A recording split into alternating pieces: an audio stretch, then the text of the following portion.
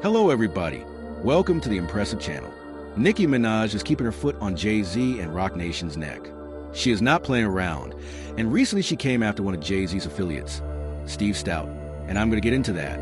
But I first want to get into Nicki revealing that people were trying to pay her off to not speak about the bad business deal that she had with Jay-Z and Tidal. Now back in 2015, Jay-Z launched a streaming service called Tidal, which was supposed to be one of the main competitors for other streaming platforms like Apple and Spotify. And he allowed 16 artists to have stake in the company, which included artists like Beyonce, Rihanna, Madonna, Kanye West, and of course Nicki Minaj. Drake was also supposed to be a part of this venture, but he decided to move on and do a deal with Apple instead, which of course angered Jay-Z. But the other 16 artists who did sign with Tidal were promised to be co-owners, and they were also promised to have a small percentage of the profit. Come to find out, they didn't make any money. In fact, Kanye West pulled out of the Tidal deal and said that Jay-Z owed him $3 million. Also, Nicki Minaj came out recently and said that she never got paid any money from Tidal, and this was frustrating for her because at the time she was giving Tidal exclusive rights to stream her music and her music videos. So she was really putting a lot into promoting Tidal, but she didn't get anything in return from it. So she made a comment pretty much saying this: "I didn't even get one red penny when no one promoted it more than me outside of Beyonce. LOL child."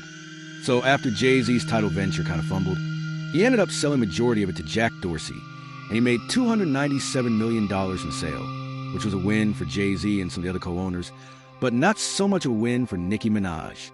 Once Nicki put Tidal on blast for scamming her, the label executive Steve Stoute defended Jay-Z on the Pivot podcast. Now, one thing about Steve Stoute is he is an affiliate to Jay-Z, and so whenever Jay-Z is in a pickle, you know he always has a few mouthpieces that speak on his behalf.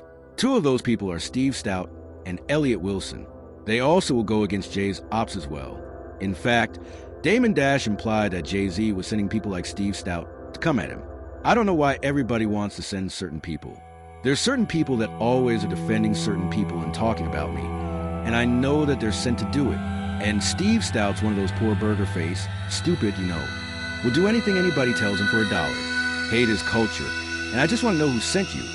But you're making it obvious, and why you won't leave me the F*** alone. You know what I mean. Now Steve Stoute did recently sit down on the Pivot podcast, and he came on there to defend Jay-Z after the whole halftime show Super Bowl controversy, and he also addressed Nicki Minaj's claims that she wasn't paid by Tidal. I really don't like when people who open up doors as black people get on publicly like that. I just don't like it. I think in that case what Nicki did was wrong to bring up Tidal, his streaming company that he gave you equity in that you didn't sign the F***ing paperwork. And that's the reason why you left millions of dollars on table. That man didn't do nothing to you. Now Nicki Minaj responded to this, and this is what she said on Twitter. She said, "I received a call advising Tidal was sold and they made no money on the deal. So all they could offer me was $1 million. But wait, there's more.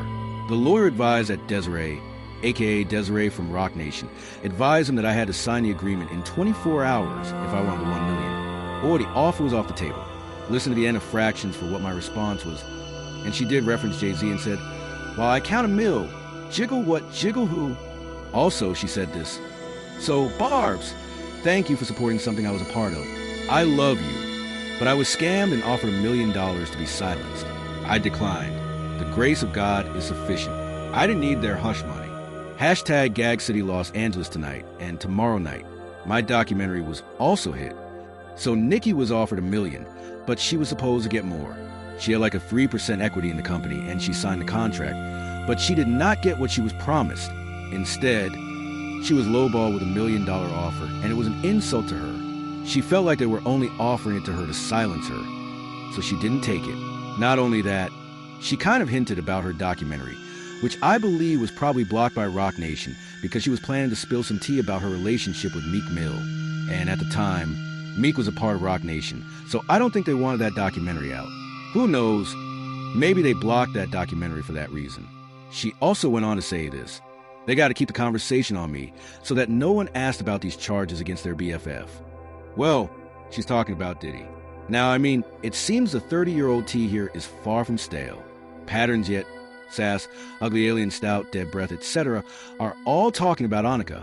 Why are they talking about Annika? And Nicki responded to this interesting comment saying, they wanted brunch and baby oil. So they were referencing the Rock Nation brunch and Diddy's 1,000 bottles of baby oil. Now Nicki responded and said, worried about the tea of a 15-year-old child who was railroaded. And she's referencing her husband, Kenneth Petty. And she also said, but no comments on the tea and baby oil that's been going on for decades, and as recent as months ago. If 15-year-olds need to be held accountable and told they can never move past their past, then what about the 30-year-olds who groomed, sat by and was silent, etc.? All right, let's keep the blogs focused on Annika.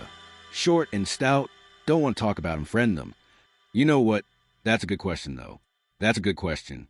Like, Steve is talking about everything but his friend Diddy. I mean, what's going on with that? I mean, he was in Diddy's close circle. He was hanging out with him, Tuffham and Jay-Z. So I don't know, y'all, I don't know, but that's an interesting point. Now, Nicki went on to call out a few people, and she nicknamed them. I don't know who all the nicknames are for, but I'm going to take a guess. I could be wrong about this, but these are just my guesses. She said, Dear Short and Stout, who is obviously Steve Stout. Laffy Taffy Alien, I don't know. Is she talking about Jay-Z because he has a funny laugh? Like, that's how he laughs. Also, she said dead breath. And this could have been about Elliot Wilson or the radio host who shaded her recently named Fatman Scoop. He got the juice. He said that Nicki was trying to duck his questions, and she said his breath stank to high heaven. So she could have been talking about either one of those guys. And she also said Sass or SS. I think she might be talking about Stephen A. Smith because he did criticize her as well. And he also happens to be a friend of Jay-Z. But she has all of these wild nicknames. And she went on to say this in her tweet. Now this is interesting. She said, we want to know if you were present during the abuse of teenagers and children. That's what we want to know. You can't taste my pee. Stop. Aaliyah, Foxy, etc. during our Kelly video shoots and stuff. Did you know about the abuse to Kim Porter and Cassie? Y'all seem to always run in a sort of rat pack. So that's what we the people want you and your peeps to speak on. Ugly bald head bowling ball. Be you. Ants don't have this energy for gangsters in person, but only for the **** keys on the internet. Who? Somebody protect Nicki Minaj because she's getting a little too deep. She's getting a little too deep. And she also responded to this post of her surpassing Jay-Z on Billboard. She said, move. Listen, Nicki is bold. She is very bold. And I'm not mad at her for going in, but I am a little concerned and a little scared for her a little bit. But she's the type who has no fear. You know, she's going to speak her mind every single time. So that's who she is. Now, there's been some tea swirling, okay? There's been some tea swirling that Jay-Z allegedly met up with a criminal defense attorney and a divorce attorney. Now, this was put out there by some lawyer, and I believe they have affiliation with the anonymous tipster site called Crazy Days and Nights. I don't know if this is true or not, but they're saying that this has something to do with Diddy's takedown. I mean, we do know that Jay-Z and Diddy were really, really close.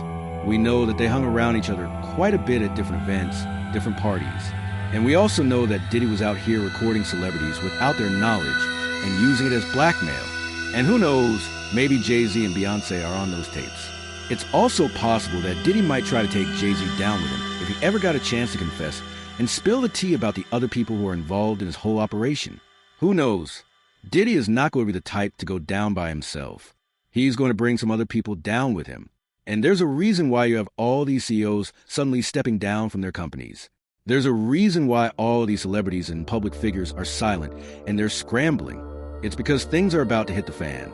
I have a feeling that the Kardashian family are really about to go under over this because they have close ties to the situation as well. It was rumored that Kim Kardashian was one of Diddy's accomplices, allegedly.